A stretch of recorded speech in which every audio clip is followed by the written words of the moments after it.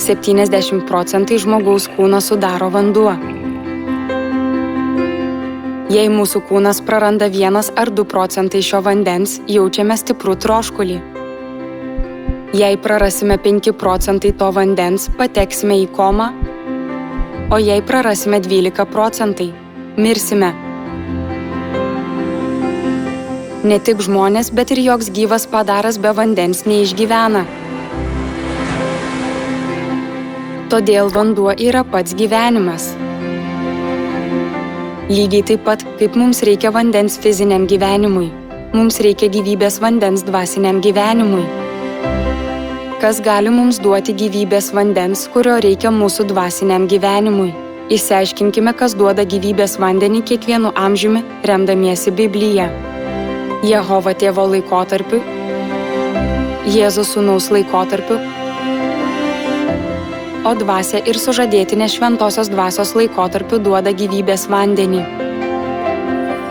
Visais amžiais Dievas duodavo gyvybės vandenį.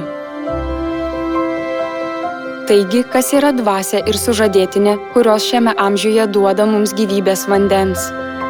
Apreiškimo 22 skyrius 17 versetas. Ir dvasia, ir sužadėtinė kviečia, tesisemia dovanai gyvybės vandens. Dvasia yra Dievas tėvas. Taigi, kas yra sužadėtinė? Apreiškimo 21 skyriaus 9-10 versetai. Parodysiu tau jaunąją avinėlio sužadėtinę, parodė man šventąjį miestą, Jeruzalę, nužengiančią iš dangaus nuo Dievo. Parašyta, kad jaunoji yra dangiškoji Jeruzalė, avinėlio sužadėtinė. Kas mums yra dangiškoji Jeruzalė?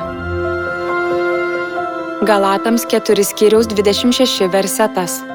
Bet aukštybių Jeruzalė laisva ir ji yra mūsų motina. Dangiškoji Jeruzalė mūsų motina.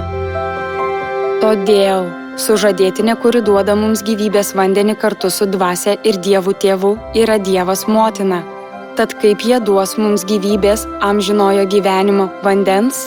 Jono 6 skyriaus 54 versetas. Kas valgo mano kūną ir geria mano kraują, tas turi amžinąjį gyvenimą. Kaip galime valgyti Jėzaus kūną ir gerti jo kraują? Luko 22 skyriaus 15 versetas. Trokšte troškau valgyti su jumis šią Velykų, pašą, kabzvei, vakarienę prieš kentėdamas.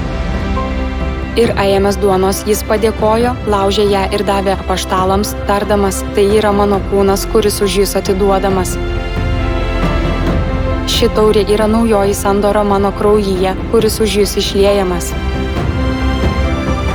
Jėzus pasakė, kad pašos duona yra jo kūnas, o pašos vynas jo kraujas. Švęsdami naujosios sandoros pašą, galime gauti gyvybės vandens ir turėti amžinąjį gyvenimą. Prašome švęsti naujosios sandoros pašą ir gauti gyvybės vandens iš Dievo tėvo ir Dievo motinos.